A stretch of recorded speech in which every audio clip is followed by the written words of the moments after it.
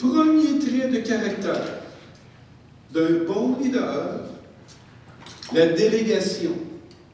Vous avez remarqué, Jésus ordonne aux officiers de parcourir eux-mêmes le peuple pour transmettre ses ordres. Il aurait pu décider de faire ça soi-même, mais pouvez-vous imaginer combien de temps que ça aurait pris? Ça aurait été d'une totale inefficacité. La délégation peut être fort efficace. Délégation, autrement dit, c'est de faire faire par les autres ce qu'on pourrait faire soi-même. Gros, c'est ça que ça veut dire. Tout bon gestionnaire sait ça et applique ça. Monsieur Pio, l'ambulance, s'il vous plaît. Elle permet de transmettre. Pourquoi c'est bon, la délégation? Elle permet de transmettre plus rapidement les ordres. Il y a un gain d'efficacité net. 2, elle permet de plus facilement entrer en contact avec les gens. Quand vous avez une équipe, une certaine hiérarchie, ceux qui sont commandés ont toujours un lien d'affection, de compréhension meilleur avec leur supérieur immédiat plutôt que le grand boss. Donc, ça vous permet de mieux passer les informations à ce moment-là. Et je peux vous dire que c'est quelque chose que j'utilise couramment dans mon travail. C'est normal. Tu utilises le lien de proximité et ça permet de mieux être plus sensible aux gens aussi à travers de ça. Également, pourquoi que la délégation est bonne, elle ménage l'énergie du leader et favorise sa concentration d'énergie dans ce qui compte le plus. Donc, c'est excellent, ça, cette délégation. Dans nos églises, vous savez, on a tout avantage à déléguer. Non pas pour se décharger et de rien faire dans l'Église, mais pour assurer une bonne efficacité également. Je ne parle pas ici de mettre en place des dizaines de comités, c'est pas ça que je parle. Mais, de temps en temps, je dois vous le dire très amicalement, cordialement, pastoralement,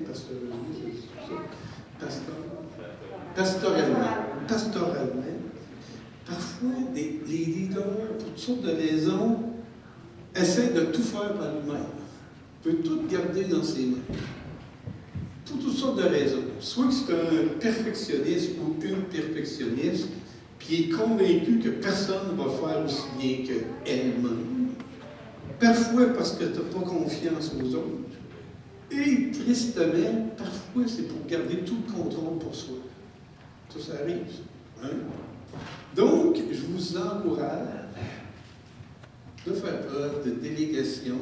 Puis ça, c'est un bon moyen aussi de former un bel esprit d'équipe avec les gens avec qui vous êtes. Deuxième trait de caractéristique d'un bon leadership, ça s'appelle la planification.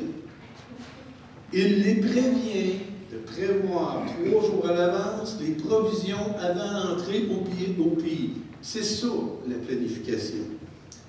Tout bon leader, c'est l'importance de la planification dans la réussite de divers projets. Tout bon gestionnaire passera un temps considérable à prévoir les événements, voir comment il va placer ses jetons sur l'échiquier, de développer une stratégie en conséquence.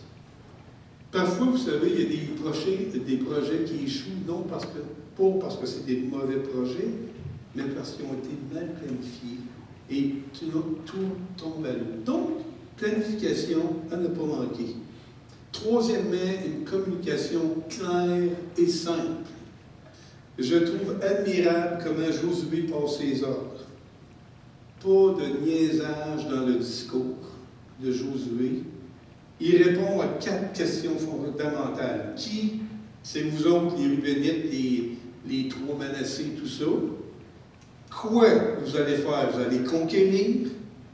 Où? Dans le pays promis? Et quand ils vont le faire dans 3 jours?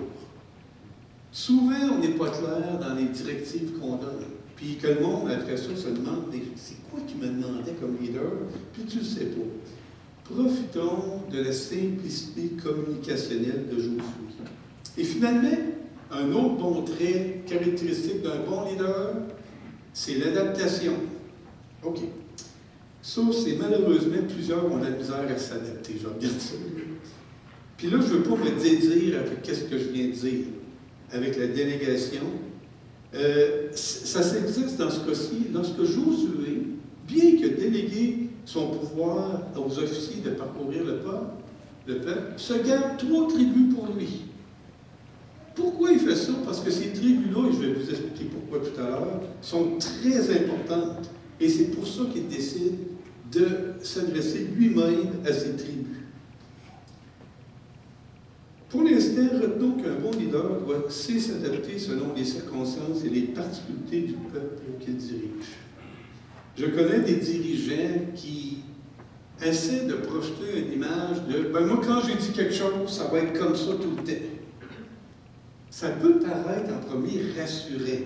Ah, on a un leader fort, ferme, il s'en va dans la bonne direction.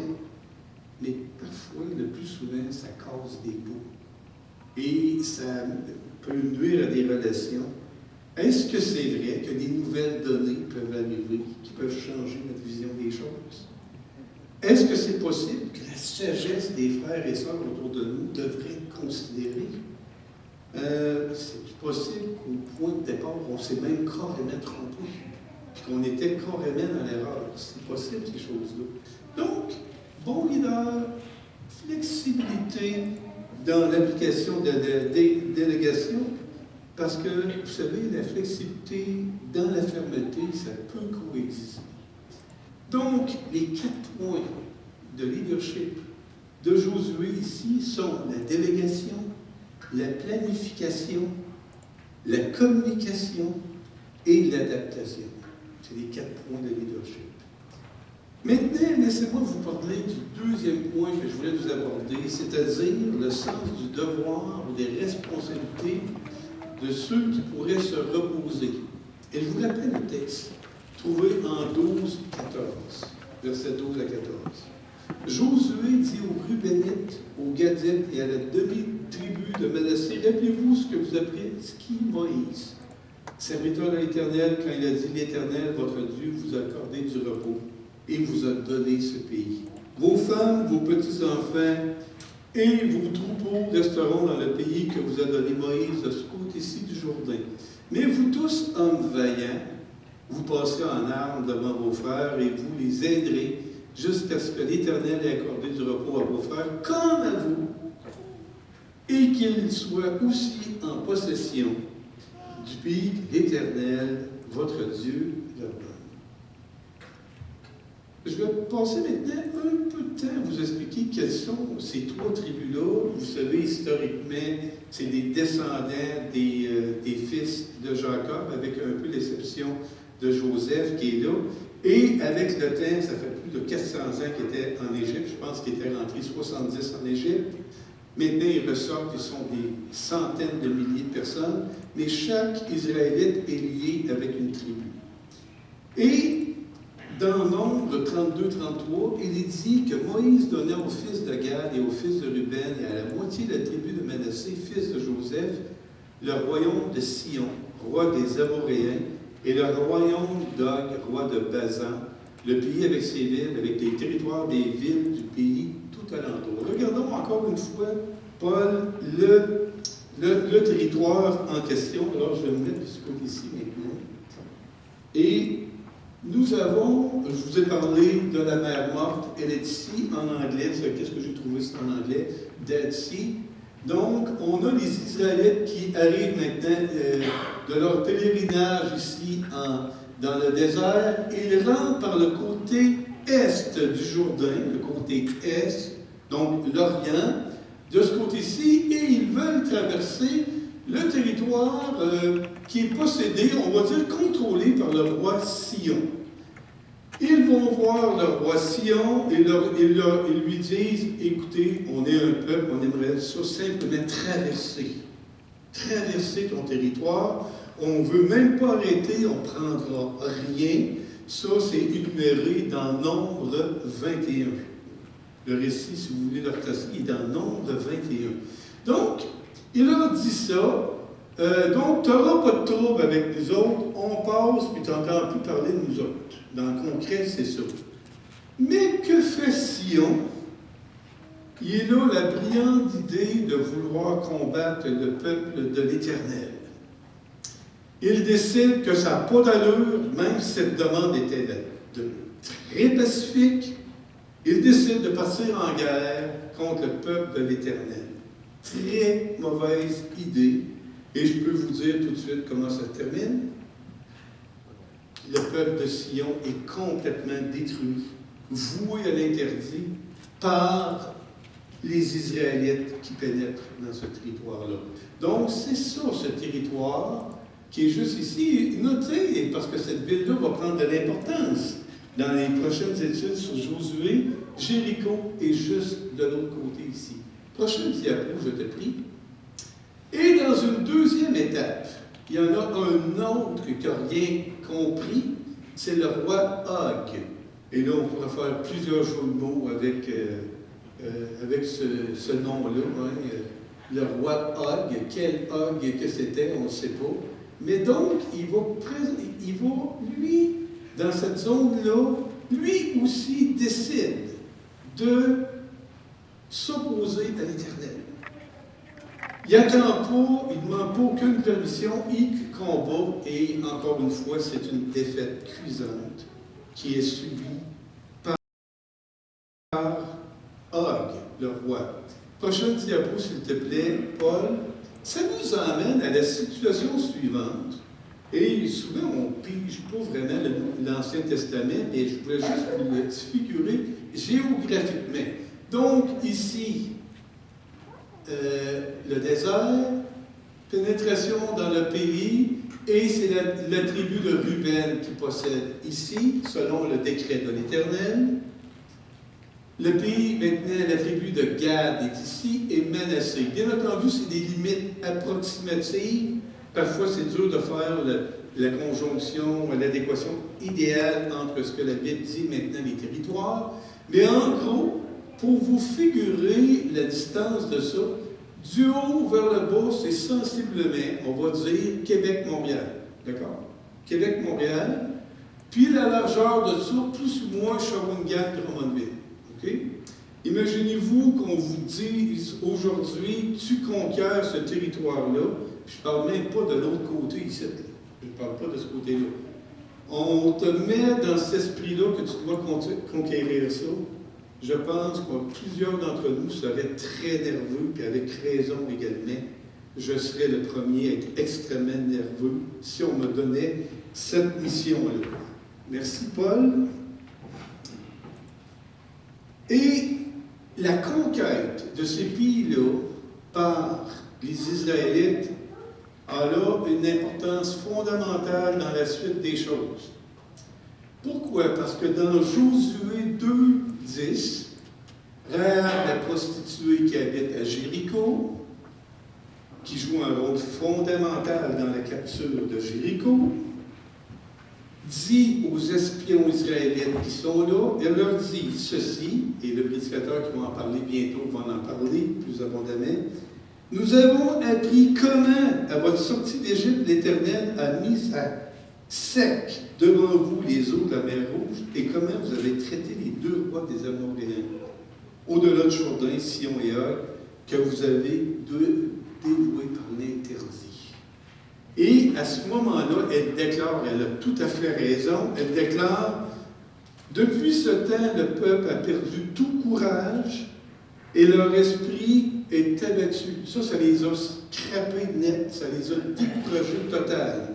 Quand le peuple d'Israël va rentrer dans Jéricho, ils ont déjà affaire à du monde démoli psychologiquement, moralement, abattu dans leur esprit, à cause de tout ce qu'ils ont entendu parler du peuple d'Israël. La question est la suivante. Pourquoi aller aider les autres si on est bien tranquille chez soi?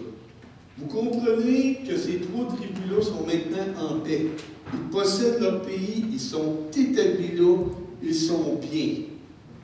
Pourquoi devrait-on s'impliquer pour les autres? Est-ce que vous êtes déjà posé cette question-là? Pourquoi faire ça? Cette question est fondamentale pour nous.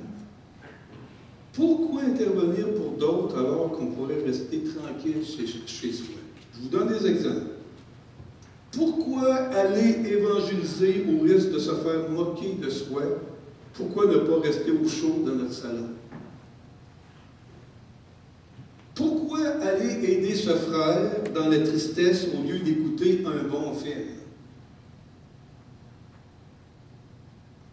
Pourquoi aller prier ensemble le dimanche matin sur Zoom plutôt que d'écouter un TikTok sur sa tablette? C'est-tu pas pire concret, ça? Eh bien, chers frères et sœurs, il n'y a qu'une seule et bonne raison à tout cela. C'est de se souvenir de l'action de Dieu dans notre vie. Remarquez en effet ce que dit Josué.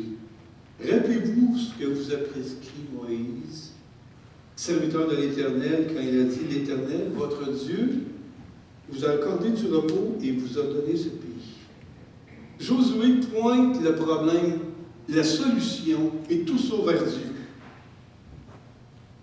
Et l'Éternel lui-même répond, « Je t'ai donné du repos et je t'ai donné un pays. » Quelle puissante motivation! Si vous êtes vraiment à Jésus, vous savez que votre état spirituel a changé.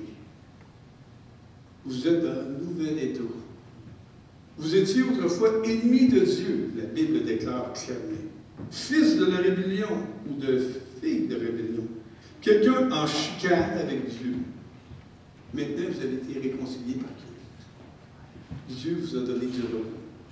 Parce qu'être en chicane avec quelqu'un, ce n'est pas un état de repos.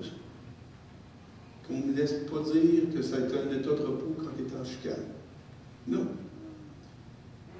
De mes épaules fatiguées et chargées, Jésus crie, « Venez à moi pour tous qui êtes fatigués et chargés, et je vous donnerai quoi? Du repos. » Matthieu 11, 28.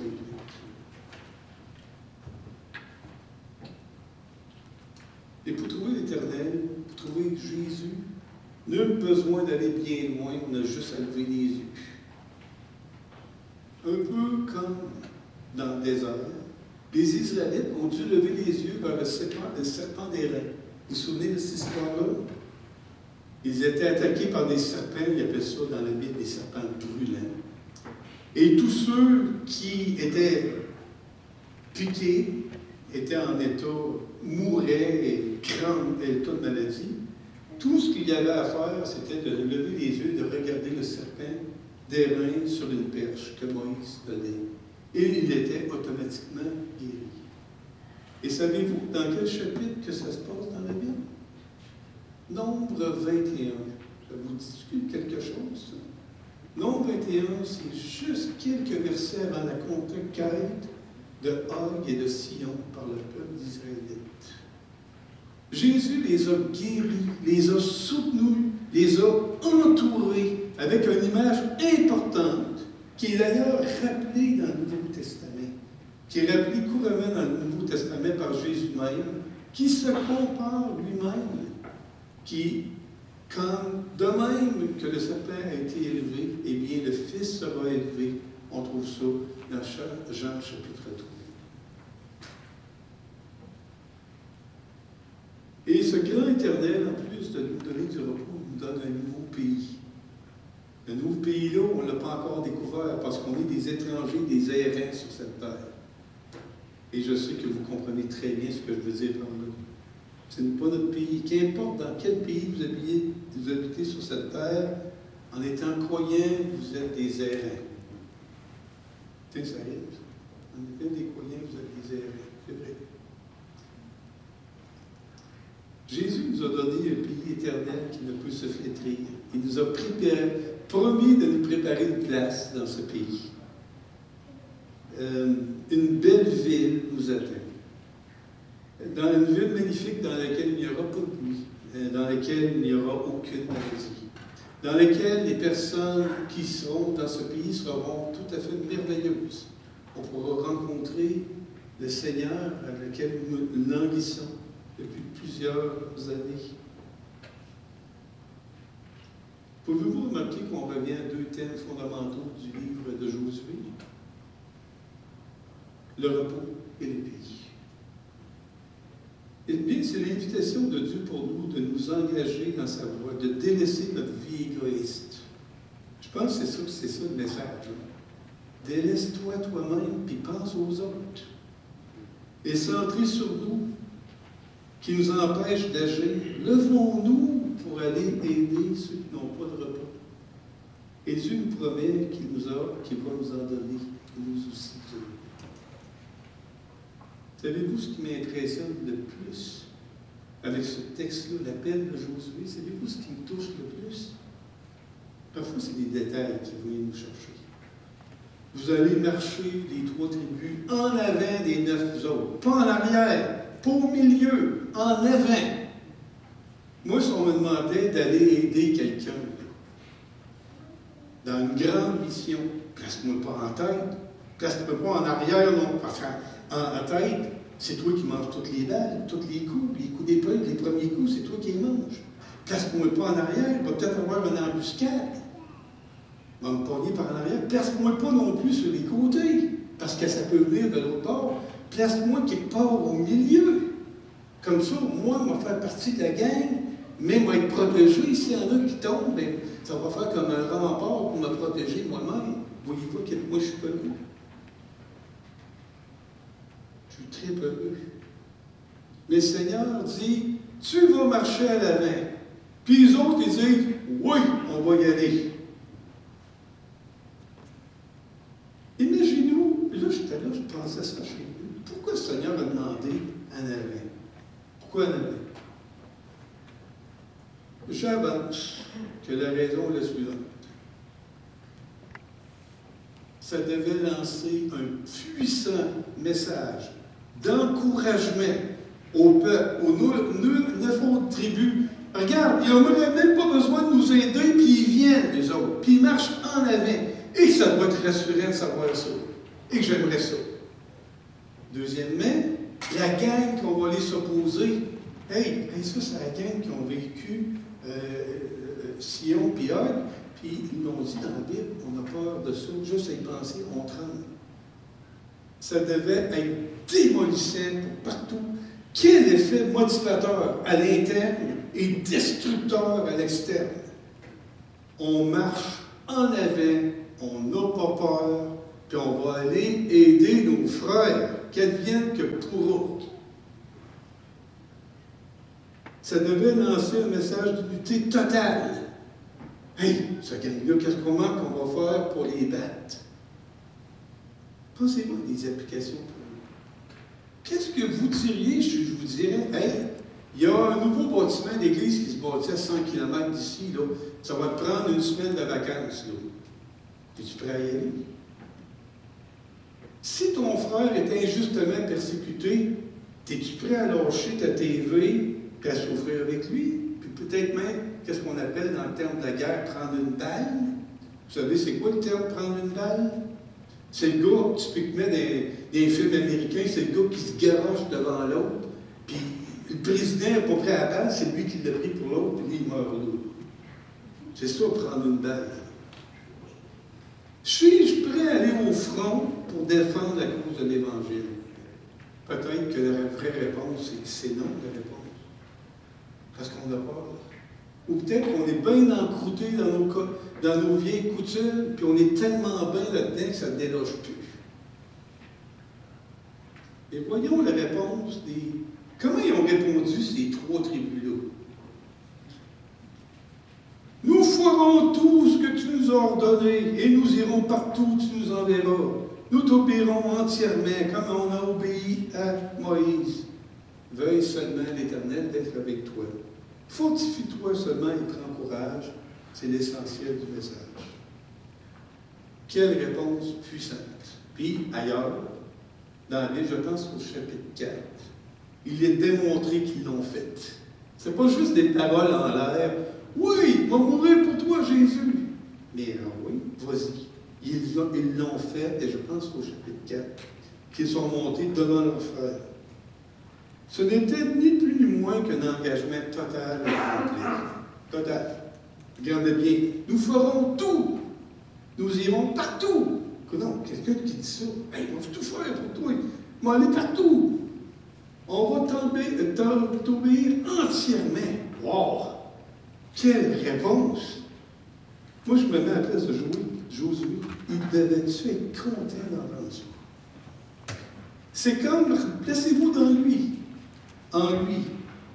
Chapitre 1, il manque de courage. Il est découragé. Son père spirituel est mort. Dieu l'encourage.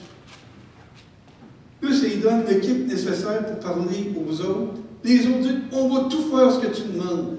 Je me sentirais là, comme une seule mouche à crème glacée à être Josué. Il y a un côté brun, c'est Dieu qui me soutient. Moi, j'ai peur en dedans, je suis jeune, mais c'est pas grave. Puis l'autre palette brune, c'est le peuple qui me soutient. Ouh, toi, soutenu de tous les bords. Ça devait être tout un message pour rentrer en possession de ce pays-là. Vous savez, ça fait du bien quand les membres de l'Église soutiennent leur pasteur et leur leader. On ne vous dit pas tout qu'est-ce qu'on vit.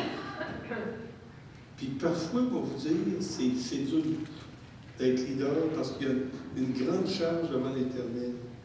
Et ça donne tellement du bien quand on voit que les gens embarquent, suivent. Ça nous donne de la force, tout le petit encouragement qu'on a besoin, une petite tape sur l'épaule. Ça calme nos peurs. Vous savez, on a peur. Vous savez, on a peur. Mais heureusement, le courage, c'est pas d'avoir peur, c'est d'agir même si tu as peur. Je trouve des pas pires. C'est d'avoir quelqu'un d'entre vous qui vient nous voir et qui dit « Fortifie-toi et prends courage. » Je suis prêt en tout temps de recevoir ça. Tout le temps, tout le temps, tout le temps. Tout le temps. Tu ne fais jamais d'erreur si tu dis ça à un de tes leaders. Tu sais, de temps en temps, hey, si je dis ça, comment il va prendre ça? Aucun risque d'erreur. Zéro. Un bon moyen d'obéir, d'aimer vos pasteurs, c'est d'obéir. C'est carrément ça. C'est qu'est-ce que le texte nous dit aussi. Bien entendu, notre responsabilité comme pasteur, c'est de marcher avec l'Éternel. C'est qu'est-ce qu'on essaie de faire avec tous les manquements que nous avons et où je sais que vous priez pour nous régulièrement. C'est pour ça d'ailleurs que je vous parle régulièrement qu'il y a des séances de conseil. C'est pas pour vous achaler d'une façon administrative, il y a des réunions du conseil. C'est vous implorer, pouvez-vous prier pour nous autres? On a vraiment besoin de vous autres. On a vraiment besoin de vous prier. J'aimerais conclure. Ce texte d'aujourd'hui est une invitation à se lever debout pour aller combattre pour les frères et sœurs qui en ont besoin. C'est une leçon de leadership puissante de la part d'un homme de Dieu, positif et courageux, même s'il n'a pas mal, et qui devrait nous inspirer. Toute personne qui est en charge d'un ministère, d'un leadership dans cette Église, d'une fonction qu'elle soit grande ou petite, finalement, c'est un rappel de fixer nos yeux vers celui qui peut nous donner le véritable repos et un pays dans lequel nous habiterons éternellement. Puis lui, il n'a pas pris une balle, il a pris le canon, lui. Il s'appelle Jésus. Hébreux 12, 1 et 2, rejetons tout fardeau et le péché qui nous enveloppe si facilement, et courons avec persévérance dans la carrière qui nous est ouverte, ayant les regards sur Jésus, le chef et le consommateur de la foi, qui, en vue de la joie qui lui était réservée, un peu comme les Israélites pouvaient compter, le pays, ils vont l'avoir, combattez, vous allez revenir, vous allez l'avoir, a souffert la croix. Ça, c'est bien plus que de marcher en avant pour aller à la guerre. Il a été méprisé et s'est finalement assis à la droite de Dieu, notre grand vainqueur, notre grand inspirateur, c'est Jésus. Que le Seigneur vous conduise dans ces pensées-là, je vous prie. Oui, est-ce que tu vas finir par un chant, mon frère? J'aimerais maintenant terminer cette prédication avec cette lecture Et deux lectures. Ésaïe 26, 3 et 4. Celui qui est ferme à sa disposition, tu assures une paix parfaite, parce qu'il se confie en toi. Placez votre confiance toujours en l'Éternel, car l'Éternel est le rocher de toute éternité. Et j'aimerais maintenant vous adresser une bénédiction. Comme on dit de plus en plus, ne pas vous laisser aller, mais vous envoyer. Jean 14, 27. Je pars, mais je vous laisse la paix. C'est ma paix que je vous donne, je ne vous la donne pas comme le monde la donne.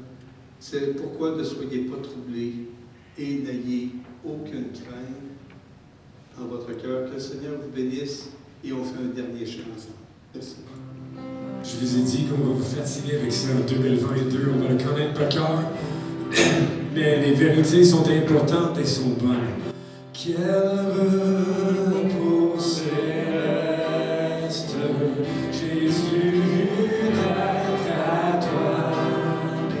à toi pour la mort et la vie. Dans les jours mauvais, de chanter avec foi, tout est bien, ma paix est devenue. Quel repos, quel repos, quel repos, quel céleste repos. Quel repos céleste, mon fardeau n'est plus libre par le sang du Calvaire. Tous mes ennemis, Jésus les a vaincus. Gloire et louange à Dieu, notre Père. Quel repos, quel repos, quel repos, quel céleste repos. Quel